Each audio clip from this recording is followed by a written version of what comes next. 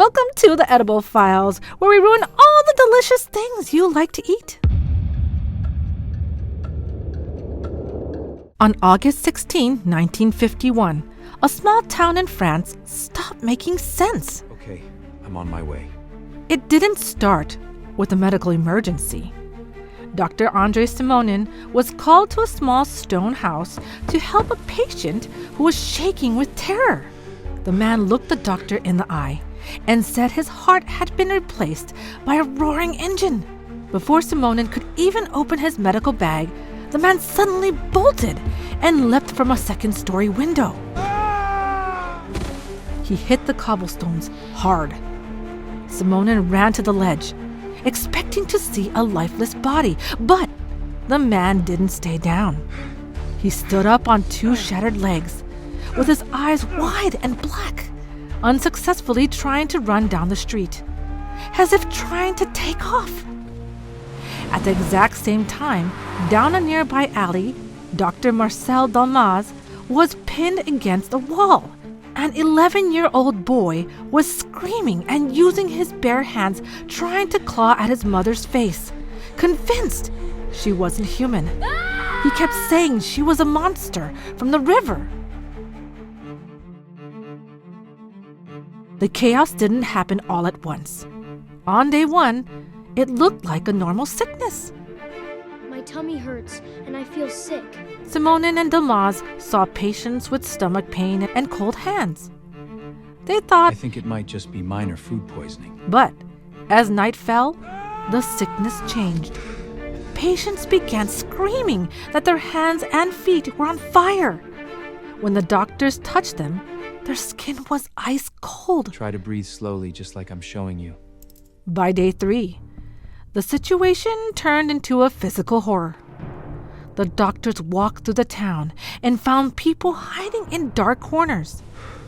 These people were seeing things that weren't there. Vivid, terrifying hallucinations. But the physical symptoms were getting worse. It's purple. From the fingertips all the way up to the wrist. The skin is necrotizing, and the patient is still conscious. The doctors watched for days as their circulation failed, and parts of their body began to die. This was dry gangrene. By day 7, the French government sent in the military to close off the town.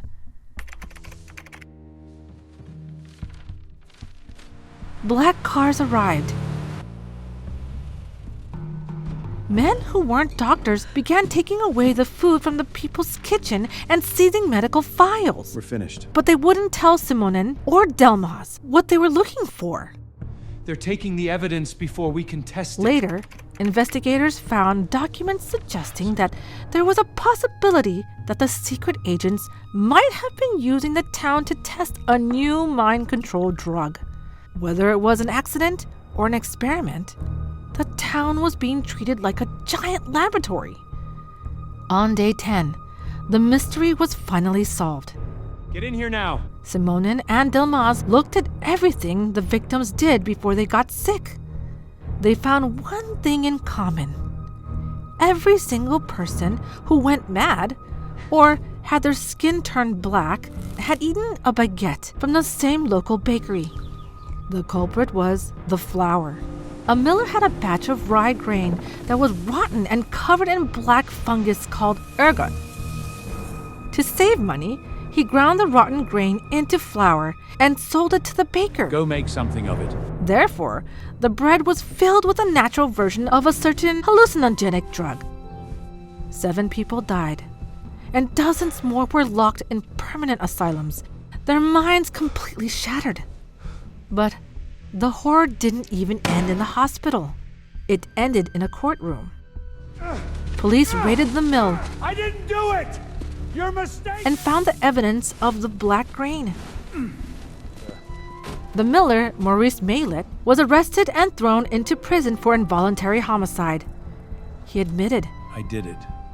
I knew the grains were bad. he ground the rotten fungus into the flour just to protect his profit margins. But here's the mind-boggling part. It doesn't add up. The miller didn't just sell that rotten grain to this town. He sold 5 tons of it across France.